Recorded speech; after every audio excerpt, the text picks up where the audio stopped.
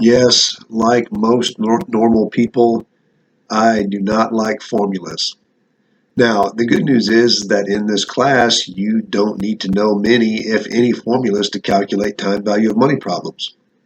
So given the problem at the right, if you put $1,000 into a savings account today, earning 10% compounded annually, how much will you have in 40 years? Well, you can use your financial calculator to figure that out. The first step in any of these calculations is to determine what number of periods per year we're working with. And in this case, since it is annual compounding, our periods per year is 1. We can check that by using the second function, and the p/y tells us that our periods per year is 1.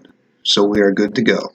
Now, when doing these calculations, it's really simple. It's nothing more than putting the number in and then pressing the proper button. So if we have 40 years, 40 compounding periods that we are dealing with, 40 is N. The interest rate that is stated is 10%. Now the calculator knows that it's percent, so you don't need to put in anything other than the whole number 10.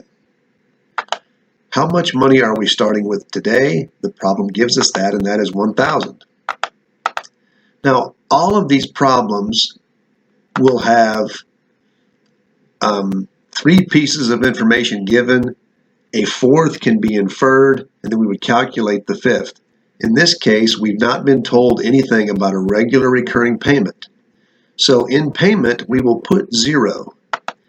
We have to put something in payment, because if we don't, the calculator will use what was in there from before.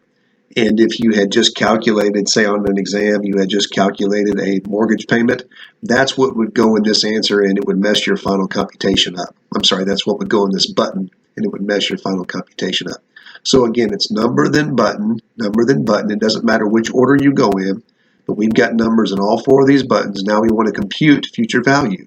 This button with CPT on it stands for compute. So it's compute future value. And there's your answer.